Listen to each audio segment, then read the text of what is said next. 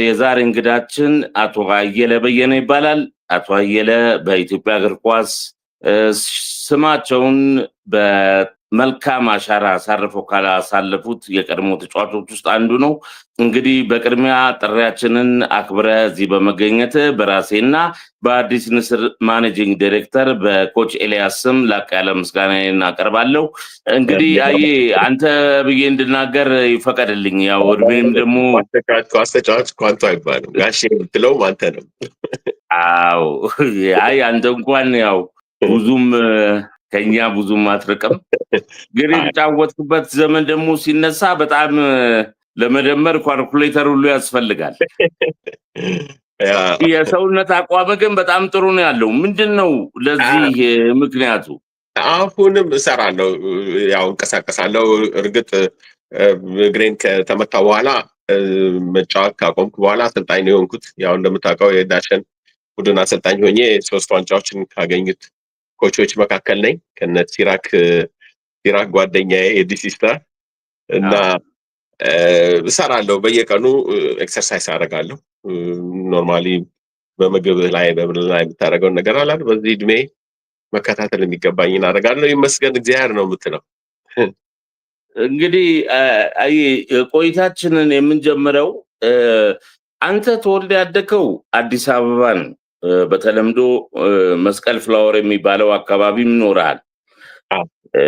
እዛ አካባቢ እንደውም በጣም ትታወቃለህ። ያው አምባሳደር የመስቀል ፍላወር አምባሳደር ብንል የሚያስኬድ ይመስለኛል። እስቲ ስለ እድገት የነበረውን ሁኔታ አስመልክቶ ቆይታ እናድርግ። እሺ፣ ያ ትውልዴ እንዳልኩ አዲስ አበባ ነው።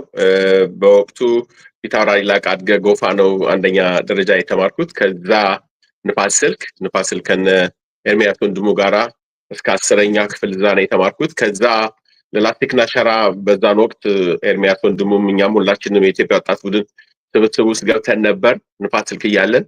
ከዛ ጊዜው ወቅቱ በጣም መጥፎ ወቅት ነው የነበረው ለወጣቶች አዲስ አበባ ላይ። ቢቻለን ለመጥፋት ነው የምንሞክረው። እንደ አጋጣሚ እኔ ሞሪሸስ የሚሄደውን ቲም ተቀነስኩኝ። በነጋሽ ኃይለማርያም እና ታደሰ የሚመራው የነበረው የሞሪሸስ ቡድን የዛ ተቀነስኩ። ከዛ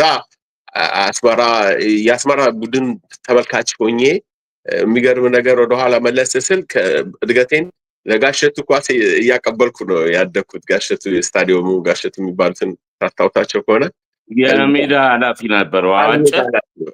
ለሳቸው ልጄ ነው የሚሉኝ። አክቹዋሊ እዛ እነሳቸውን እየረዳን ኖራ እንትን እያደረግን እንደጨረስን ኳስ ከምናቀብል ድረስ ግጥሚያ እናደርግ ነበር።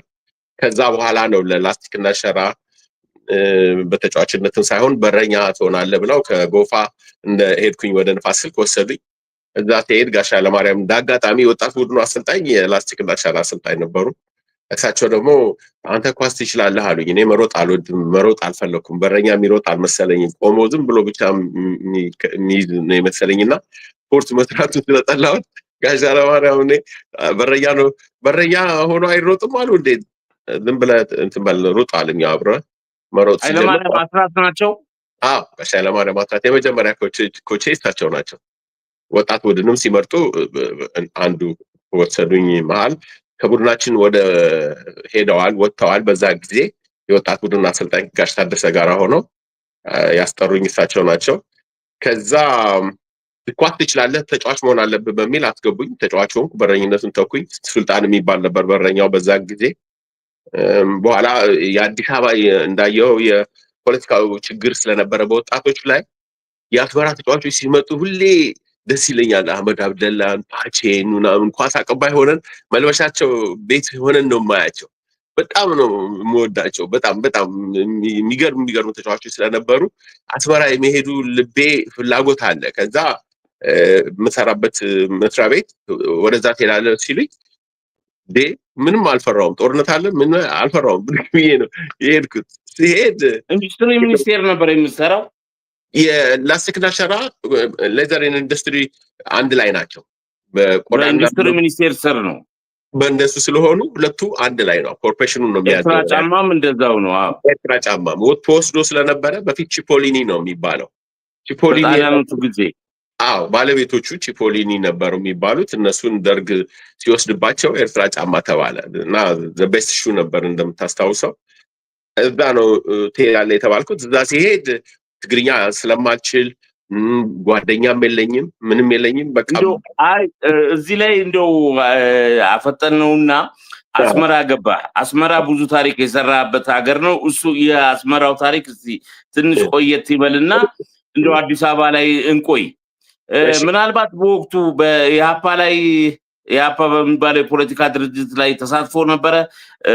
ልጅም ብትሆን ወረቀት በማቀበልም በተለያዩ ነገሮች የሚገርም ነገር የምንከሰሰው ኖርማሊ ጆሊ በመባል ነው የምንከሰሰው። ዝም ብለን ያኔ የወጣት ቡድንም ምርጫ ስለነበረ ብዙ አንሳተፍም። ከሁለቱም በኩል ፕሬሸር ነበረብን።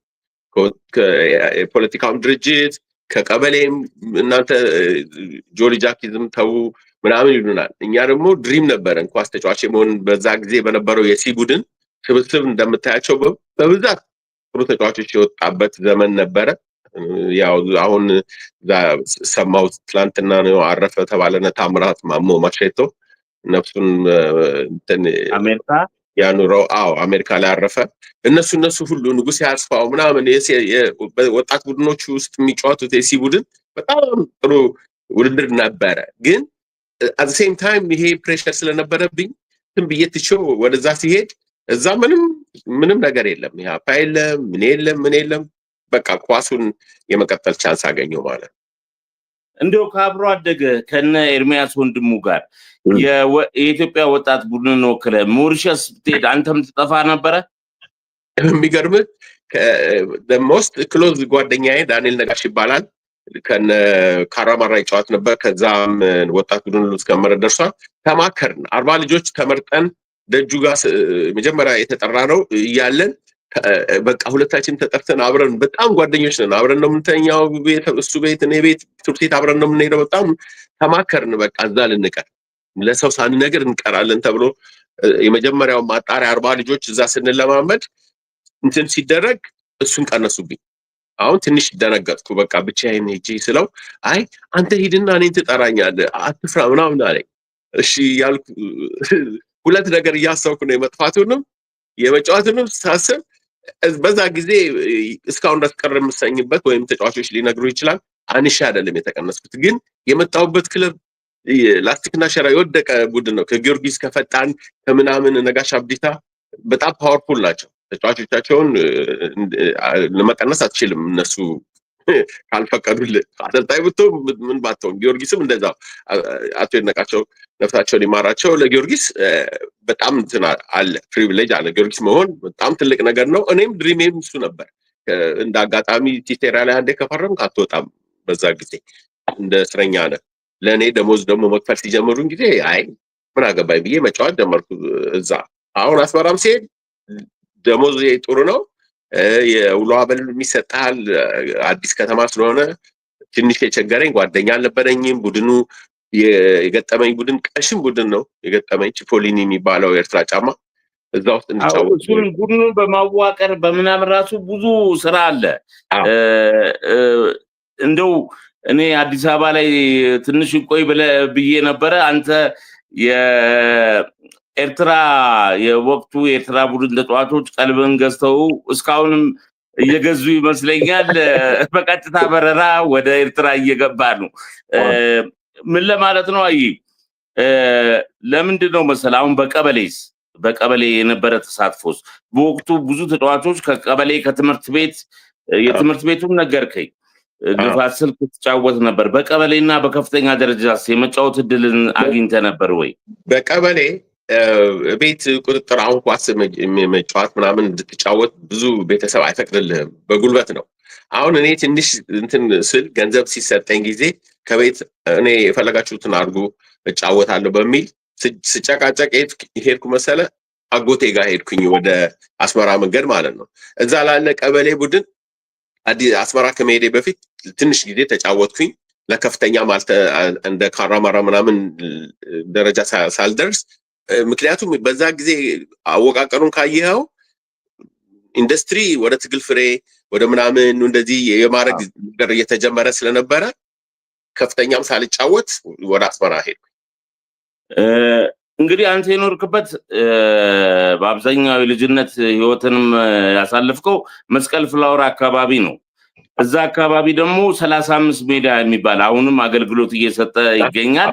አንተ እንደውም እድለኛ ነህ ማለት እንችላለን። ምክንያቱም በዚህ ፕሮግራማችንም ሆነ በተለያዩ በምሰራባቸው የስራ መድረኮች የቀድሞ ተጫዋቾችን ስታነጋግር ለእውቅና የበቁበት የቀድሞ ሜዳ በኮንዶሚኒየም በተለያዩ ምክንያቶች በዚህ ሰዓት ላይ አገልግሎት እየሰጡ አይደለም። አንተ ግን 35 ሜዳ በዛ በወቅቱም ነበረ፣ እዛ ሜዳ ላይ ነበር የምትጫወተውስ? ትንሽ እንደዚሁ አንዳንድ ግጥሚያዎች ነው እንጂ የተጫወትኩት፣ በደንብ የተጫወትኩት አስመራ መንገድ እንዳልኩ አጎቴ ቤት ሄጄ መኖር ሲጀምር ለነሱ ተጫወትኩኝ ትንሽ ጊዜ። ከዛ በኋላ ምንም ሳልቆይ ወደ አስመራ ሄድኩኝ። ብዙ አልቆየውም፣ በቀበሌ ደረጃ ማለት ነው። እንደውም አስመራ ሜዳ አካባቢ ደግሞ ታዋቂው የቀድሞ የኢትዮጵያ ቡና እንዲሁም የኢትዮጵያ ብሔራዊ ቡድን ተጫዋች የነበረው እነ ሙልጌታ ወልደየስ፣ እነ ድምፃዊ ጸጋዬ እሸቱ፣ እነ አፈወርቅ ምናልባት ካንተ በኋላ ይሆናል፣ እነ አፈወርቅ ከበደ ካቻ እዛ ሾላ አካባቢም ያው በመገናኛ ስር ወረዳ 16 ነበረ እና እዛስ ከነሱ ጋር የመጫወት እድሉን አግኝተ ነበር በቀበሌ ደረጃ? ከቀበሌው በፊት ከድሬባ የሚባል ቡድን ነበረ። በቄራ አካባቢ ባለው የተመሰረተ ከድሬባ ነበረ። ኤርሚያስም ከኔ ጋር ነበር። ቢረጋ ነፍሱ ይባላል። ቢረጋም ከኔ ጋር ነበረ።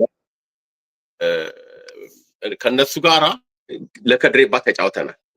ከድሬባ ቡድኑ ይረዳናል። ልክ እንደ የጊዮርጊስ ቡድን የበላይ ጠባቂ ነበሩ ከድሬባ በዛ ጊዜ። እኛን ደግሞ በስማቸው አሸዋ ሜዳ የመጫወት እድል ገጠመኝ ማለት ነው። ተመራርጠን ነው ከተለያዩ እንትኖች የመጣን ልጆች ነን። ኤርሚም የአውስትራሊያው አብሮን ይጫወት ነበር። እሱ ነው እንደውም በርከት ያለ ጨዋታ የተጫወትንበት አሸዋ ሜዳ ነው። እዛ አሸዋ ሜዳ ላይ በጣም እውቅ ተጫዋቾች የክረምት ጊዜ ስለሚካሄድ እውቅ ተጫዋቾች ናቸው የሚመጡት ከመርካቶ ከምን ከኳስ ሜዳ ምን የሚመጣው ከባድ ውድድር ነበረ። እሱን አስታውሳለሁ። ዋንጫ በልተን ቤታቸው ሁሉ እስከ መጋበዝ ደርሰናል። ከድሬባ ቡልጋሪያ ኤምባሲ ጋር ማለት ነው።